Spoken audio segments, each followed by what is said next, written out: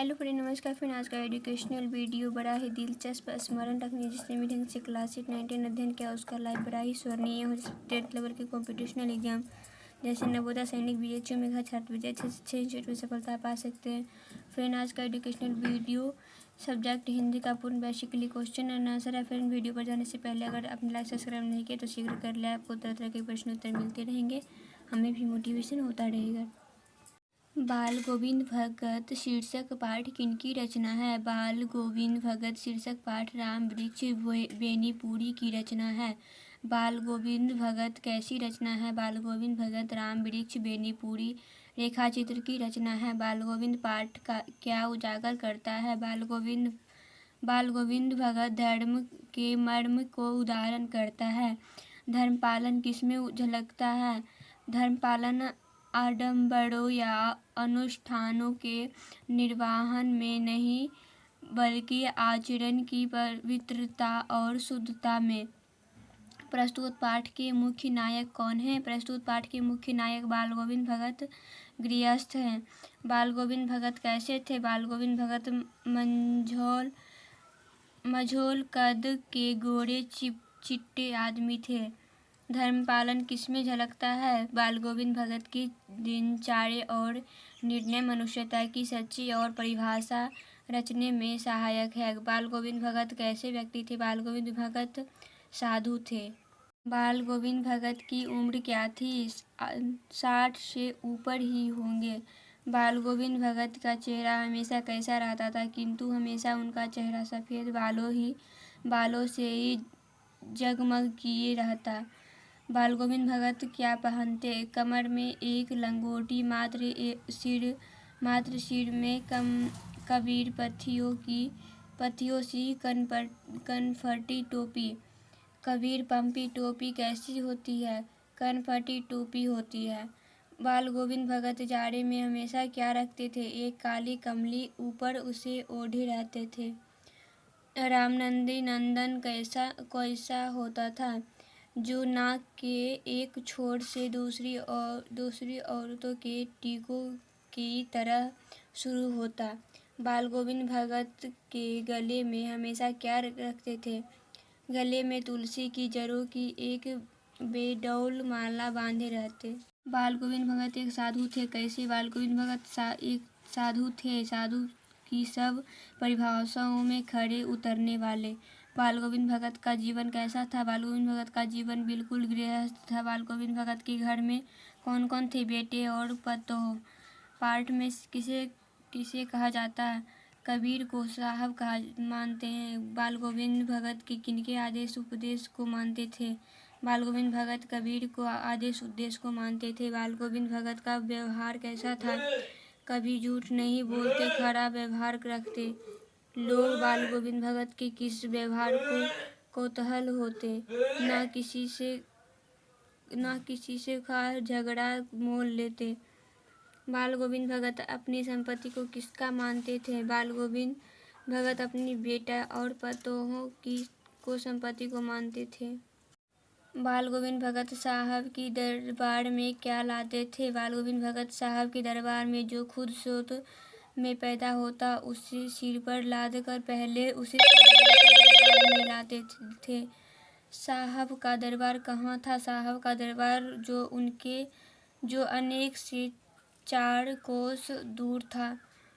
कबीर पंथी मठ से क्या मतलब होता है? कबीर के वे सीधे साधे पद जो उनके कंठ से निकलकर सजीव हो उठते। कबीर पंथी मठ से एक मतलब होता है। लोगों को हमेशा क्या सुनने को मिलता है? आषाढ़ की रिमझिम समूचा गांव खेतों पड़ा है। लोगों को हमेशा मधुर गान पर जो सदा सर्वदा ही सुनने का मिलता। पूरा गांव खेतों में कब उतर पड़ा? आषाढ़ की रिमझिम समूचा गांव खेतों में उतर पड़ा था।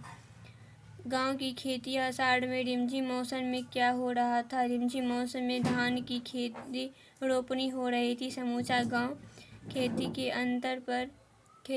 में उत्तर पर है कहीं चल रहे थे। गांव के बच्चे कहाँ खेल रहे थे? धान के पानी भरे खेतों में बच्चे उछल रहे थे। कलेवा किसे कहते हैं? सुबह का जलपान को कलेवा कहते हैं। पाठ में आषाढ़ का मौसम किस तरह वर्णित है? आसमान बादल से घिर का नाम वो नहीं, ठंडी पुरवाई चल रही। बाल गोविंद भगत रोपनी कैसे कर रहे हैं? बाल गोविंद भगत समूचा शरीर कीचड़ में लथड़े अपने खेत रोपनी कर रहे हैं।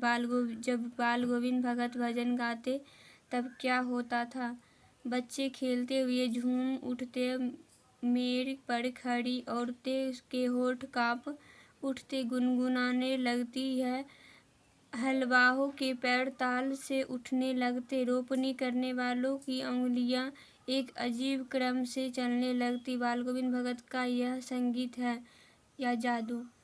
बाल गोविंद भगत के संगीत को कौन नहीं डुबो सकता था? झिल्ली को झंकार या दादुड़ों का टर्टर बाल गोविंद भगत के संगीत को अपने कोलाहल में डुबो नहीं सकती।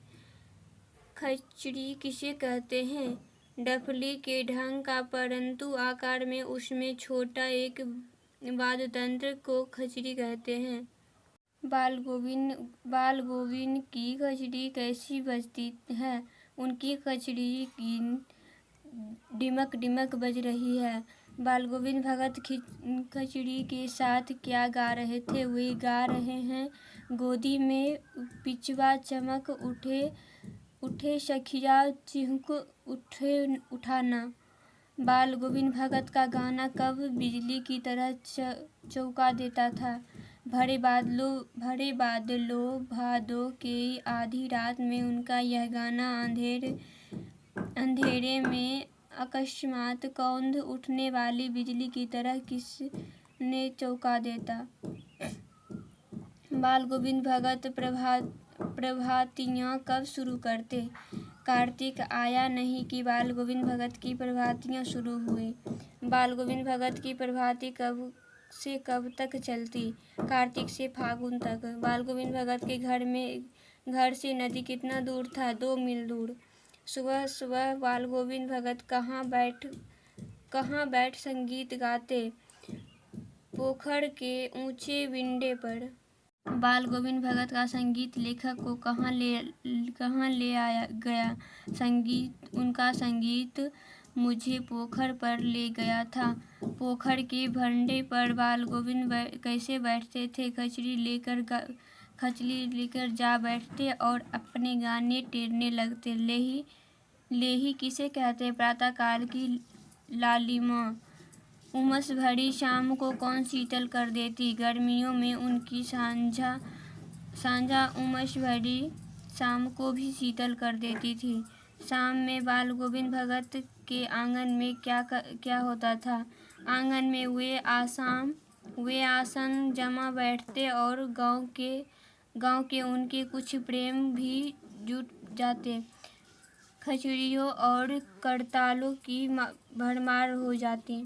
सारा आंगन बाल गोविंद के नृत्य और संगीत से क्या हो जाता? सारा आंगन नृत्य और संगीत से ओतप्रोत होता है।